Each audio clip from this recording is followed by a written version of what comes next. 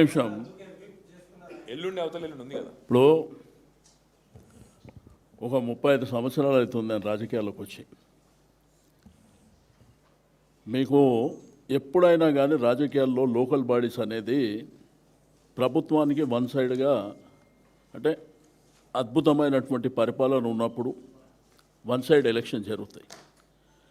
అయితే కొన్ని టీవీ ఛానల్లో పేపర్లో కూడా నేను ఈ సందర్భంగా రిక్వెస్ట్ చేస్తున్నా, పొద్దుటి నుంచి చూస్తున్నా, war one side war one side war one side అని.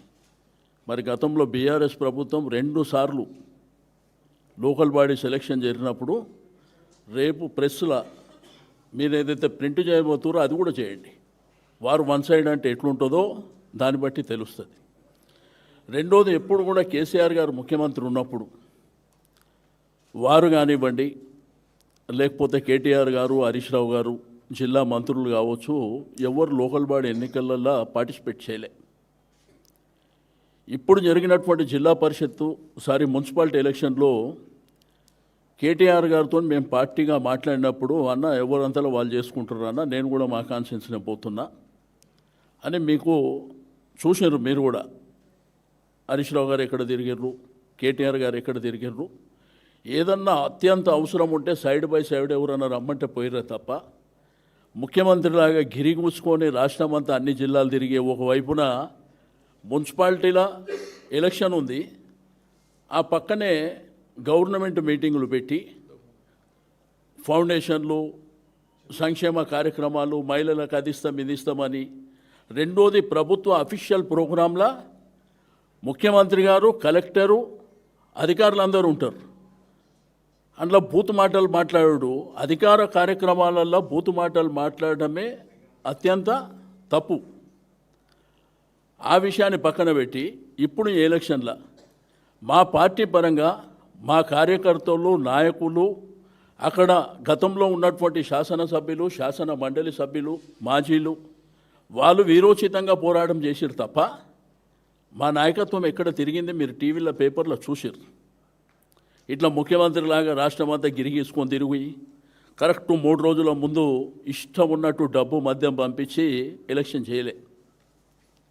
రెండోది, గేటునా ఏంది, అద్భుతమైనటువంటి పరిపాలన ఉంటే ఎవరు పోకున్నా కానీ ఆ పార్టీని, ఆ ప్రభుత్వాన్ని ఆదరిస్తారు. గతంలో మేము అది చేసినాం. మీరు ఎవరైతే డబ్బా కొడుతున్నారో వారు వన్ సైడ్ అని అది కూడా ప్లే చేయండి. 2 సార్లు కేసీఆర్ గారి నాయకత్వంలో జరిగినటువంటి ప్రభుత్వంలో మేము మున్సిపాలిటీలు ఎన్ని గెలిచినాం, కార్పొరేషన్లు ఎన్ని గెలిచినాం, జిల్లా పరిషత్ ఎన్ని గెలిచినాం, అవి కూడా మీరు చూపండి. అది కాకుండా దీన్ని వార్ వన్ సైడ్ ఎట్లా అంటారండి? 85 నుంచి 90% గెలిస్తే వార్ వన్ సైడ్. కార్పొరేషన్లు ఎన్ని ఉన్నాయి? మేజర్ కార్పొరేషన్లు నిజామాబాద్లో గెలిచిర్రా, కరీంనగర్లో గెలిచిర్రా, మహబూబ్ నగర్లో గెలిచిర్రా, కొత్తగూడెంలో గెలిచిర్రా, ఒకటి నల్గొండలో గెలిచిర్రు. రెండోది రామగుండం గెలిచిర్రు. మూడోది మంచిర్యాల కూడా గుడిలో మెల్ల. ఏ కార్పొరేషన్ మీరు గెలిచిర్రు? ప్రజాపాలన, అద్భుతమైనటువంటి పాలన, అందరినీ మా క్యాండిడేట్లను దొంగతనంగా ఎత్తుకపోయి విచ్చలవిడిగా డబ్బులు ఇచ్చి పోలీసులు అడ్డు పెట్టుకొని రాజ్యం చేసేటువంటి మీరు దీన్ని వారు వన్ సైడ్ ఎట్లేస్తుందో చూపించే టీవీలు కానీ రాసే పేపర్లు కూడా మీరు ఆలోచన చేయవలసినటువంటి అవసరం ఉంది. వారు వన్ సైడ్కు డెఫినేషన్ చెప్పవలసినటువంటి అవసరం ఉంది. నేను నిన్ననే చెప్పిన, ఇది గెలుపు కానే కాదు. ఇప్పుడు కేటీఆర్ గారు చెప్పినట్టు ఎన్ని దగ్గర అంగుంది ఇక ఈ దొంగ రాత్రి. ఇప్పుడే మేము ఆడ కూర్చున్నప్పుడు పోలీసు వాళ్ళు గెలిచిన వాళ్ళు ఎత్తుకపోతున్నారు. ఇక్కడ నాకు జరుగుతుందా? కాబట్టి ఇవన్నీ శాశ్వతంగా నిల్వవు. నేను రాజు, నేను మంత్రి, ఇవన్నీ చూసినాం సార్. ఈ మన భారతదేశంలో మహాభారతం చూసినాం, రామాయణం చూసినాం, ఎన్నో చూసినాం. కానీ ఒకటి మాత్రం గుర్తుపెట్టుకోండి, మొన్న జరిగిన పంచాయతీ ఎన్నికలు కానీ, ఈరోజు జరిగిన మున్సిపల్ ఎలక్షన్ కానీ, ఈ రిజల్ట్స్ కానీ మీ పరిపాలనకు ఈ రిజల్ట్స్ అనేది గీటురాయిగా లేదు. మీరు అది గమనించుకోవాల్సినటువంటి అవసరం ఉంది. మీ విర్రవీగేటువంటి మనస్తత్వాలకు ఖమ్మంలో ముగ్గురు విర్రవీగారు. కొత్తగూడెం మేజర్ కార్పొరేషన్ కదా, చిన్న మున్సిపాలిటీలు ఎన్ని గెలిచినా మేజర్ కార్పొరేషన్ కొత్తగూడెమే కదా, ఎన్ని వచ్చినాయి? 20 వచ్చినాయి కాంగ్రెస్కి అక్కడ. వాళ్ళకంటే సిపిఐకి 25 వచ్చినాయి, మాకు 9-10 వచ్చినాయి. కాబట్టి ఒళ్ళు దగ్గర పెట్టుకొని మీ ప్రభుత్వం పరిపాలన చేసి ప్రజల మన్ననాలు పొందాలి. అంతేగాని ఎలక్షన్లు రాగానే దౌర్జన్యపూరితంగా డబ్బులు ఇచ్చేసి పోలీసులను అడ్డం పెట్టుకొని మా ఇష్టానుసారం చేసుకొని పోతామంటే అసలు ఎక్కడైనా కానీ పక్క తెలుగు రాష్ట్రాలు తీసుకోండి, ఒక ముఖ్యమంత్రి ఎప్పుడన్నా లోకల్ బాడీ ఎలక్షన్లో తిరిగింది చూసిరా? పంచాయతీ ఎలక్షన్లో కూడా తిరిగిండు కదా. మళ్ళీ ఆ రోజు 35-40% మాకే ఓటు బ్యాంక్ వచ్చింది కదా. కాబట్టి ప్రజాస్వామ్యంలో ప్రభుత్వాలకు అవకాశాలు ఇస్తారు.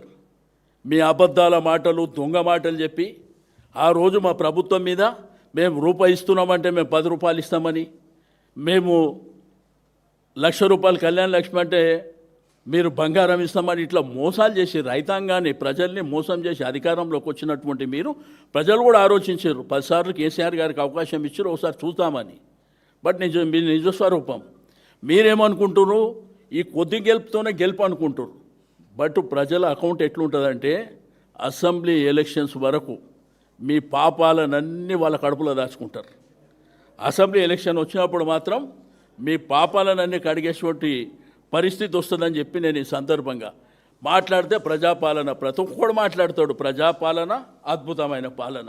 ఏ ఒక్క ప్రాజెక్టు కేసీఆర్ గారు, లేదంటే మున్సిపల్ మినిస్టర్గా కేటీఆర్ గారు, ఇండస్ట్రీసు అవన్నీ ఆన్గోయింగ్ ప్రాజెక్టులు శంకుస్థాపన చేసిరే తప్ప ఏదో ఒక్క ప్రాజెక్టు కట్టిరా? ఒక్క ప్రాజెక్ట్ ఎక్కడన్నా మాట్లాడితే అన్ని దొంగ మాటలు మాట్లాడి, అలా అబద్ధాలు మాట్లాడి, ఇక దానికి కొంతమంది వత్తాసు పలకనీకి పొద్దున్న నుంచి చూస్తున్నా వార్ వన్ సైడ్. అరే నీ అమ్మ, వార్ వన్ సైడ్ అంటే దేన్ని అంటారు? వార్ వన్ సైడు దేన్ని అంటారు? War one side 100కి